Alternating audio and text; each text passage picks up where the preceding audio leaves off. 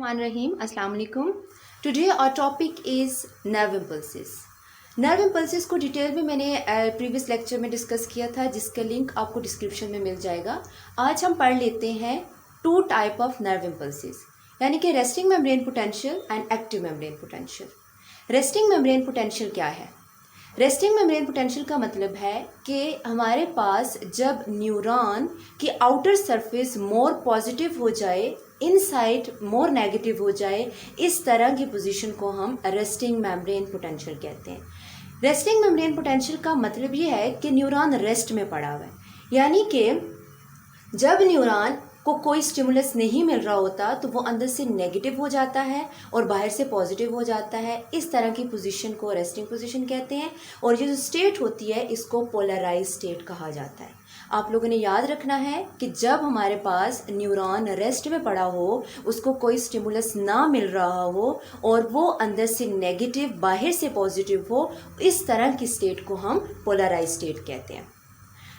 अब ये जो हमारे पास पोलराइज स्टेट कब होती है? जब न्यूरॉन की बोथ, यानी न्यूरॉन की जो मेम्ब्रेन है उसकी दोनों साइड के ऊपर अनइक्वल डिस्ट्रीब्यूशन हो जाए आइंस की, तो इस तरह की स्टेट हमारे पास पोलराइज स्टेट होती है. और पोटेंशियल मेजर्स जो होता है इसका -70 मिली वोल्ट्स होता है. एक्टिव मेम्ब्रेन पोटेंशियल की बात कर लेते हैं कि एक्टिव मेम्ब्रेन पोटेंशियल क्या है. जब हमारे पास न्यूरॉन इनसाइड मोर पॉजिटिव हो जाए और आउटसाइड मोर नेगेटिव हो जाए, उस तरह की पोजीशन को हम एक्टिव मेम्ब्रेन पोटेंशियल कहते हैं. यानी कि हमारे पास एक्टिव पोजीशन होती है और इस तरह की स्टेट को डीपोलराइज स्टेट कहते हैं.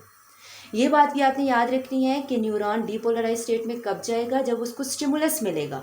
जब उसको स्टिमुलस मिलेगा तो जाहिर सी बात है उसमें से नर्व इम्पल्स ट्रैवल करेगी और जिस जिस एरिया से वो ट्रैवल करेगी वो एरिया डीपोलराइज होता जाएगा. यानी पहले वो पोलराइज स्टेट में था, अब वो डीपोलराइज स्टेट में हो गया.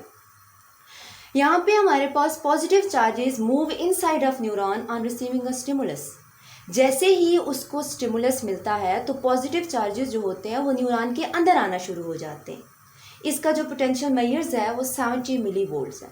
डायग्राम में मैं आपको समझा लेती हूँ कि सबसे पहले ये जो एरिया आपको नज़र आ रहा है यहाँ तक, ये हमारे पास पोलराइज स्टेट है. पोलराइज स्टेट का क्या मतलब है कि न्यूरॉन रेस्ट में पड़ा हुआ है, न्यूरॉन अंदर से नेगेटिव है. क्यों नेगेटिव है? क्योंकि अभी तक इसको कोई भी स्टिमुलस नहीं मिला. जब उसको स्टिमुलस नहीं मिलता तो वो स्टेट हमारे पास पोलराइज स्टेट होती है. लेकिन यहाँ पे हम जब पहुँचे तो यहाँ पे हमने इसको स्टिमुलस दिया, यानी न्यूरॉन को यहाँ पे स्टिमुलस मिल गया. जैसे ही उसको स्टिमुलस मिला तो नर्व इम्पल्स उसमें से ट्रैवल करेगी. जब नर्व इम्पल्स उसमें से ट्रैवल करेगी तो यही जो पॉजिटिव चार्जेस थे ये अंदर आना शुरू हो जाएंगे और ये जो नेगेटिव चार्जेस हैं ये बाहर जाना शुरू कर देंगे, जिसकी वजह से न्यूरॉन अंदर से पॉजिटिव हो जाएगा, बाहर से नेगेटिव होगा. इस तरह की स्टेट को हम कहते हैं डीपोलराइज स्टेट. यानी कि न्यूरॉन क्या हो गया? हमारे पास एक्टिव हो गया. यानी ये मेम्ब्रेन पोटेंशियल कौन सी हो गई? एक्टिव होगी, क्योंकि इसको यहाँ से स्टिमुलस मिल गया. स्टिमुलस मिलने की वजह से इसने क्या किया कि अपने पॉजिटिव चार्जेस को अंदर आना शुरू हो गए और नेगेटिव चार्जेस बाहर जाना शुरू हो गए, क्योंकि नर्व इम्पल्स इसमें से ट्रैवल कर रही है. इस तरह की स्टेट को डीपोलराइज स्टेट कहते हैं. लेकिन यहाँ पे हमारे पास क्या होगा कि जैसे ही इस एरिया में से नर्व इम्पल्स ट्रैवल कर जाएगी, यानी वहाँ उस एरिया को वो कवर कर जाएगी, वो एरिया दोबारा से रीपोलराइज्ड हो जाएगा, यानी दोबारा से वो पोलराइज स्टेट में चला जाएगा. फॉर एग्जांपल मैं आपको यहाँ से समझाती हूँ कि इस एरिया में से यहाँ से नर्व इम्पल्स गुजर चुकी है, यहाँ पे पहुँचाइए. तो ये जो एरिया है यहाँ पे अंदर पॉजिटिव चार्जेस हैं तो ये ट्रैवल कर चुकी है, तो यहाँ से सारे पॉजिटिव चार्जेस बाहर चले जाएंगे और अंदर नेगेटिव चार्जेस हो जाएंगे. यानी अंदर से न्यूरॉन क्या हो जाएगा? नेगेटिव हो जाएगा, बाहर से पॉजिटिव हो जाएगा. तो ये जो स्टेट होगी इसको रीपोलराइज स्टेट कहते हैं, यानी दोबारा से अपनी पोजीशन उसने गेन कर ली. इसकी एक सिंपल सी एग्जांपल मैं आपको देती हूँ कि जैसे आप कॉम्ब है, यानी कंघी जो होती है, उसके ऊपर जो दांत होते हैं उसके ऊपर अगर आप फिंगर को घुमाएं, फिंगर को ऊपर लेकर जाएं, तो जिस जिस एरिया से फिंगर गुजरेगी यानी ट्रैवल करेगी तो वो एरिया, यानी उसके जो वो दांत होंगे वो नीचे होना शुरू हो जाएंगे. लेकिन जैसे ही वो फिंगर उस एरिया को कवर कर जाएगी तो वो पीछे वाले जो उसके दांत है वो बिल्कुल अपनी पोजीशन में आ जाएंगे. फिर आगे जाएगी वो नीचे होंगे, फिर वो अपनी पोजीशन में आ जाएंगे, ठीक हो जाएंगे, पहले जैसे हो जाएंगे. जाएंगे, यानी कि वो रीपोलराइज हो जाएंगे, अपने आप को रिकवर कर लेंगे। तो बिल्कुल इसी तरह से यहाँ पे भी होता है कि नर्व इम्पल्स जिस जिस एरिया से ट्रैवल कर जाएगी वो एरिया दोबारा से रिकवर हो जाएगा, और इस तरह हमारे पास उसको हम रिकवरी पीरियड कहते हैं, यानी वो रीपोलराइज स्टेट में हो जाता है। अब हम बात कर लेते हैं कि न्यूरॉन जब रेस्टिंग में होता है तो जाहिर सी बात है वो उसकी जो आउट साइड है वो पॉजिटिव मोर पॉजिटिव होती है, इनसाइड मोर नेगेटिव होती है। तो कुछ फैक्टर्स हैं जो न्यूरॉन को अंदर से नेगेटिव कर देते हैं। वो कौन कौन से फैक्टर्स हैं? हमारे पास 3 फैक्टर्स आते हैं। सबसे पहले हमारे पास सोडियम पोटाशियम पंप है। सोडियम पोटाशियम पंप, इससे क्या होता है कि अब जब हमारे पास न्यूरॉन है तो मैंने आपको पहले भी बताया कि इसमें 2 आयन्स होते हैं, यानी हमारे पास सोडियम आयन भी होता है, पोटाशियम आयन भी होता है। लेकिन न्यूरॉन अंदर से नेगेटिव तब होगा जब 3 सोडियम आयन बाहर जाएंगे, 2 पोटाशियम आयन अंदर आएंगे।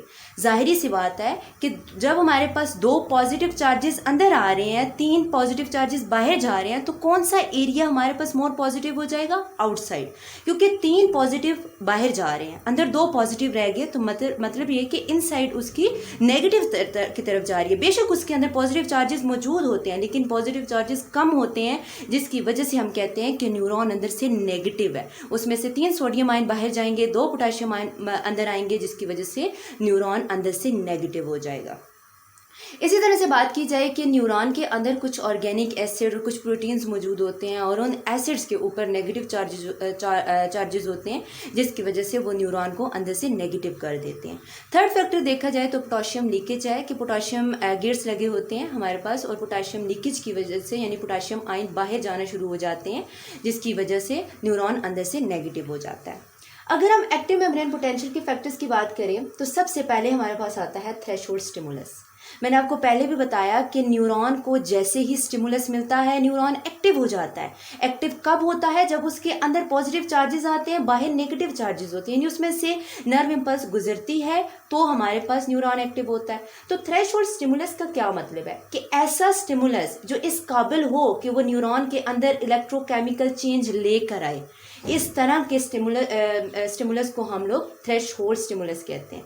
यानी एक स्ट्रॉन्ग स्टिमुलस आपको मिला जिसकी वजह से आपका न्यूरॉन एक्टिव हुआ और उसने अपने अंदर से नर्व इम्पल्सेस को गुजारा, जिसकी वजह से वो डीपोलराइज हुआ और दोबारा से अपनी पोजीशन रिपोलराइज स्टेट में गया। तो इस तरह ये जो फैक्टर होता है थ्रेशोल्ड स्टिमुलस का जो फैक्टर होता है, ये भी न्यूरॉन को क्या कर देता है? एक्टिव कर देता है।